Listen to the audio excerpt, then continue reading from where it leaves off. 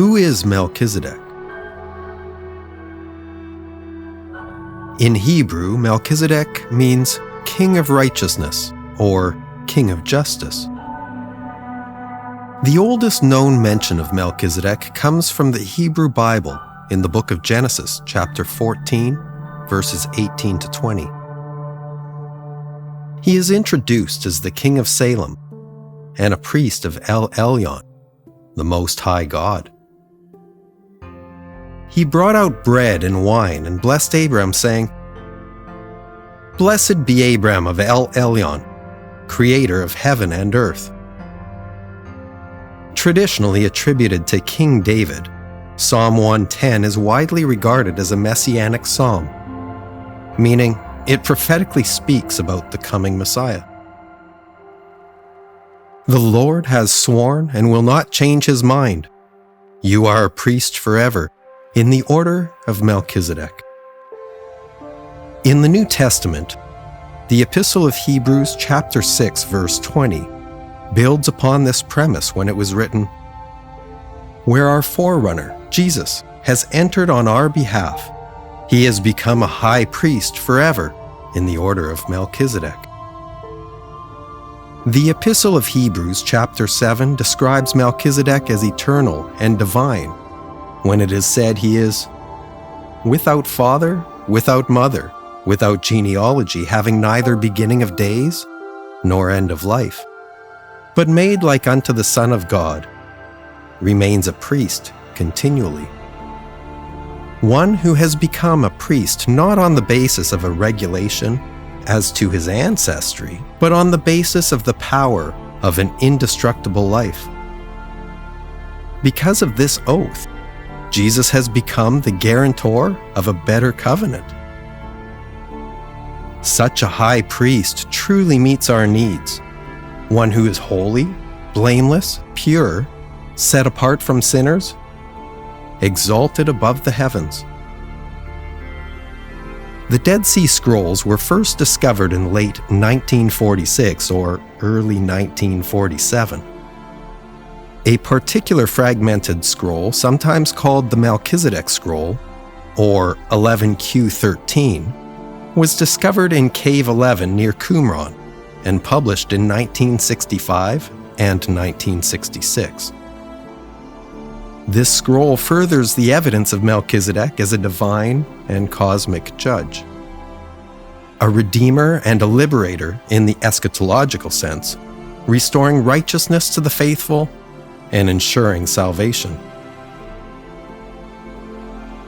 Does the Urantia Book provide an answer to the question, who is Melchizedek?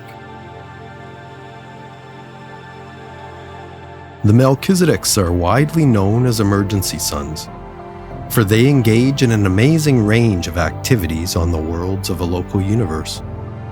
When an extraordinary problem arises, or when something unusual is to be attempted, it is quite often a Melchizedek who accepts the assignment. The ability of the Melchizedek sons to function in emergencies and on widely divergent levels of the universe, even on the physical level of personality manifestation, is peculiar to their order. Whenever and wherever special help is needed, there you will find one or more of the Melchizedek sons. The Melchizedeks are the first to act in all emergencies on whatever nature, on all worlds where will creatures dwell. It is easily possible for such a son to make himself visible to mortal beings, and sometimes one of this order has even incarnated in the likeness of mortal flesh. About 3000 BC, the concept of God had grown very hazy in the minds of men. Machiventa Melchizedek volunteered to personalize on earth as a temporary man of the realm, to bestow himself as an emergency son of world ministry. It was 1973 years before the birth of Jesus that Machiventa was bestowed upon the human races of Urantia. His coming was unspectacular. His materialization was not witnessed by human eyes. He was first observed by mortal man on that eventful day when he entered the tent of Amdon, a Chaldean herder of Sumerian extraction. And the proclamation of his mission was embodied in the simple statement that he made to this shepherd: "I am Melchizedek, priest of Elyon, the Most High, the one and only God." When the herder had recovered from his astonishment, and after he had plied the stranger with many questions, he asked Melchizedek to sup with him, and this was the first time in his long universe career that Machiventa had partaken of material food, the nourishment which was to sustain him throughout his 94 years of life as a material being. Within a few years, Melchizedek had gathered around himself a group of pupils, disciples, and believers who formed the nucleus of the later community of Salem. He was soon known throughout Palestine as the priest of Elyon, the Most High, and as the sage of Salem. Among some of the surrounding tribes, he was often referred to as the Sheik, or King of Salem. With the passing of a decade, Melchizedek organized his schools at Salem. Salem was the site which, after the disappearance of Melchizedek, became the city of Jebus, subsequently being called Jerusalem. The symbol of the 3 concentric circles, which Melchizedek adopted as the insignia of his bestowal, a majority of the people interpreted as standing for the 3 kingdoms of men, angels, and God. Very few of his followers ever knew that these 3 circles were emblematic of the infinity, eternity, and universality of the Paradise Trinity of divine maintenance and direction. Melchizedek taught his followers all they had capacity to receive and assimilate. Even many modern religious ideas about heaven and earth, of man, God, and angels, are not far removed from these teachings of Melchizedek. But this great teacher subordinated everything to the doctrine of one God, a universe deity, a heavenly creator, a divine Father. He came to achieve 2 tasks: to keep alive on earth the truth of the one God, and to prepare the way for the subsequent mortal bestowal of a paradise son of that universal Father.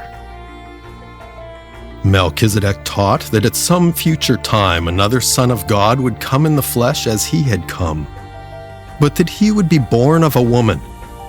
And that is why numerous later teachers held that Jesus was a priest or minister forever after the order of Melchizedek. Melchizedek continued for some years to instruct his students and to train the Salem missionaries who penetrated all the surrounding tribes, even to Egypt, Mesopotamia, and Asia Minor. And as the decades passed, these teachers journeyed farther and farther from Salem, carrying with them Machiventa's gospel of belief and faith in God. Melchizedek maintained peaceful relations with all the surrounding tribes. He was not militaristic and was never attacked by any of the armies as they moved back and forth. It was shortly after the destruction of Sodom and Gomorrah that Machiventa decided to end his emergency bestowal on Urantia. Machiventa retired one night to his tent at Salem, having said goodnight to his human companions, and when they went to call him in the morning, he was not there, for his fellows had taken him. Machiventa terminated his bestowal as a creature of flesh and blood, just as suddenly and unceremoniously as he had begun it. It was hard for the next generation to comprehend this story of Melchizedek. Within 500 years, many regarded the whole narrative as a myth. The teachings of Melchizedek was full and replete, but the records of these days seemed impossible and fantastic to the later Hebrew priests. Although many had some understanding of these transactions, at least up to the times of the en masse editing of the Old Testament records in Babylon, But one of the writers of the book of Hebrews understood the mission of Melchizedek, for it is written, "This Melchizedek, priest of the Most High, was also king of peace, without father, without mother, without pedigree, having neither beginning of days nor end of life, but made like unto the Son of God. He abides a priest continually." This writer designated Melchizedek as a type of the latter bestowal of Michael, affirming that Jesus was a minister forever on the order of Melchizedek. This is the story of Machiventa Melchizedek, one of the most unique of all characters ever to become connected with the history of Urantia, and a personality who may be destined to play an important role in the future experience of your irregular and unusual world.